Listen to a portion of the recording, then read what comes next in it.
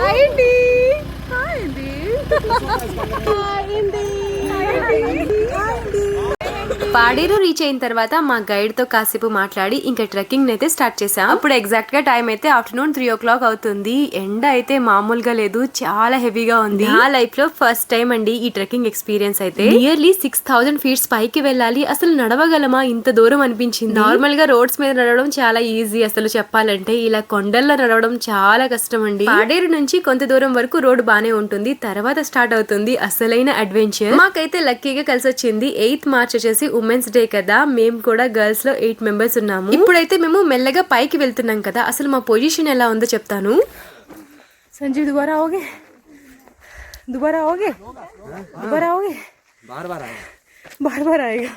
ఇప్పుడైతే మా ఫ్రెండ్స్ ని అడిగాను మళ్ళీ ఇలాంటి ట్రెక్కింగ్ కి వస్తారా అంటే తప్పకుండా వస్తామని చెప్తున్నారు. అసలు మా సిచ్యువేషన్ ఎలా ఉంది అంటే మేము జస్ట్ అప్పుడే లంచ్ చేసాం కదా, ఫుల్ గా ఎండ ఉంది. ఇంకా పైకి వెళ్లే ప్రతి క్షణం అయితే మాకు విపరీతమైన ఆయాసం వచ్చేస్తుంది. కొన్ని సిచ్యువేషన్ లో అయితే అసలు ఎందుకు వచ్చింది ఇదంతా, చక్కగా ఇంట్లో ఉండక ఎందుకు మనకి ట్రెక్కింగ్స్ అవి అవసరమా అని కూడా అనిపించింది. నియర్లీ 1.5 hour నడిచిన తర్వాత మనకు ఒక చిన్న వాటర్ ఫ్లో ఉంటుందన్నమాట. ఇంకా అందరం చక్కగా ఫేస్ వాష్ చేసేసుకున్నాము. ఆ వాటర్ అయితే చాలా క్లియర్ గా, చాలా కూల్ గా ఉంది, చాలా ఫ్రెష్ గా అనిపించింది ఫేస్ వాష్ చేసుకున్నాక. ఇన్ఫాక్ట్ అక్కడే ఉండిపోతే బాగుంది అనిపించింది. ఈ ట్రెక్కింగ్ అంతా ఏమో గానీ ఫేస్ అంతా ట్యాన్ అయితే మామూలుగా పట్టలేదు. అంతేకాదు ఇలాంటి ఎండలో తిరిగితే ఎలాంటి సన్ స్క్రీన్స్ పనిచేయవు. ఆల్మోస్ట్ 1.5 hour నడిచాం కదా, ఇంకొక 1.5 hour లో అయితే మేము రీచ్ అవుతాం. ఇక్కడైతే ఒక చిన్న ఇల్లు ఉంది, మనుషులైతే ఎవరు కనిపించలేదు కానీ ఇల్లు మాత్రం భలే క్యూట్ గా ఉంది. ఈ ట్రెక్కింగ్ మొత్తం అయితే మా హస్బెండ్ వాళ్ళ బ్రదర్ చూసుకుంటారు. తనకి దేశాటన్ అనే ఓన్ కంపెనీ కూడా ఉంది. అదిగోండి తనేనన్నమాట. ఇప్పటికే చాలా ట్రెక్కింగ్స్ అయితే చేశారు. ఇంట్రెస్టెడ్ ఉన్న వాళ్ళని తీసుకువెళ్తూ ఉంటారు. అలా ప్లాన్ చేసిందే ఈ ఉమెన్స్ డే ట్రెక్. జనరల్ గా ఫ్రెండ్స్ తో 1 hour టైం స్పెండ్ చేస్తేనే చాలా రిలీఫ్ గా ఉంటుంది. అలాంటిది మేమైతే 3 days ఉన్నాము. కొండ మీదకి వెళ్ళినంత వరకు చాలా వేడిగా ఉంది, కాస్త ఈవినింగ్ అయ్యేసరికి కూల్ అయిపోయిందండి మొత్తం. వెదర్ అయితే చాలా బాగుంది. ఇలాంటి వెదర్ లో ఎంత దూరమైనా నడవచ్చు అనిపించింది. వెదర్ కూల్ అయింది కదా, ఇంకా మా వాకింగ్ స్పీడ్ కూడా కాస్త పెంచాము. యాక్చువల్ ప్లాన్ ఏంటంటే సన్సెట్ లోపల బేస్ క్యాంప్ కి అయితే వెళ్ళిపోవాలి. నైట్ అయితే అక్కడే స్టే చేస్తాము. చక్కగా టెంట్స్ అవి ఉంటాయంట. ఇంకో విషయం కూడా చెప్పాలి, మేము పాడేరు స్టార్ట్ అయినప్పటి నుంచి మాతో పాటు ఒక 2 dogs కూడా వచ్చాయి. ఐ థింక్ మా గైడ్స్ పెంచుకున్న డాగ్స్ అనుకుంటా. మాకైతే చాలా ప్రొటెక్ట్ చేశాయి. ఇలాంటి ప్లేసెస్ కి వచ్చినప్పుడు తప్పకుండా మనతో పాటు డాగ్స్ అయితే ఉండాలి. మన చుట్టుపక్కల ఏవైనా యానిమల్స్ ఉంటే ఈజీగా డాగ్స్ అయితే కనిపెట్టేస్తాయి. ఇప్పటి వరకు నా ఫ్రెండ్స్ సొనాలి చాలా డల్ గా ఉంది. ఆల్మోస్ట్ పీక్ రీచ్ అయ్యేసరికి తన హ్యాపీనెస్ చూడండి. సన్సెట్ టైం దగ్గర పడిందని ఇంకా గైడ్ అయితే మమ్మల్ని ఫాస్ట్ అని కంగారు పెడుతున్నారు. ఇంకా మేమంతా నడిచి చాలా టైర్డ్ అయిపోయాము. ట్రెక్కింగ్ కి వెళ్ళాము, అది కూడా ఫ్రెండ్స్ తో అనేసరికి చాలా ఎంజాయ్ చేశారు అని అందరూ అంటున్నారు. ఎంజాయ్ చేసిన మాట నిజమే. మేము నడిచాము, దూకాము, ఎక్కాము, ఇవన్నీ పెయిన్స్ మాకే తెలుసు. ఇంకా మా గైడ్ అయితే ఇంతవరకు వచ్చారంటే చాలా గ్రేట్. అసలు ఇంకాస్త దూరం ఉందని చెప్పేసి మమ్మల్ని అయితే ఫుల్ ఎంకరేజ్ చేశారు. ఇలాంటి టైంలో మోటివేట్ చేస్తే ఈజీగా నడిచేస్తాం అనిపించింది. ఇంకా మేమంతా బేస్ క్యాంప్ కి అయితే రీచ్ అయిపోయాం. ఏరియా అయితే చాలా పీస్ఫుల్ గా ఉంది, అంతేకాదు చాలా కూల్ గా అనిపించింది. ఎటు చూసినా కొండలు, మధ్యలో మేమున్నాము. మేము బేస్ క్యాంప్ రీచ్ అయ్యేసరికి ఆల్రెడీ కొంతమంది అయితే ఉన్నారు. చక్కగా టెంట్స్ అవి వేసి ఉంచారు. నైట్ టైం క్యాంప్ ఫైర్ వేయడానికి ఇలా రెడీ చేసి కూడా పెట్టారు. టెంట్స్ చూడటానికి చిన్నగా కనిపిస్తున్నాయి కానీ లోపలైతే చాలా విశాలంగానే ఉంది. ఇంకా మా బ్యాగ్స్ అవి టెంట్ లోనే పెట్టి ఇంకాస్త ముందుకైతే వెళ్ళాము. అక్కడైతే సన్సెట్ క్లియర్ గా కనిపిస్తుంది. పాడేరు నుంచి బేస్ క్యాంప్ రావడానికి మాకైతే 3 hours పట్టింది. బేస్ క్యాంప్ నుంచి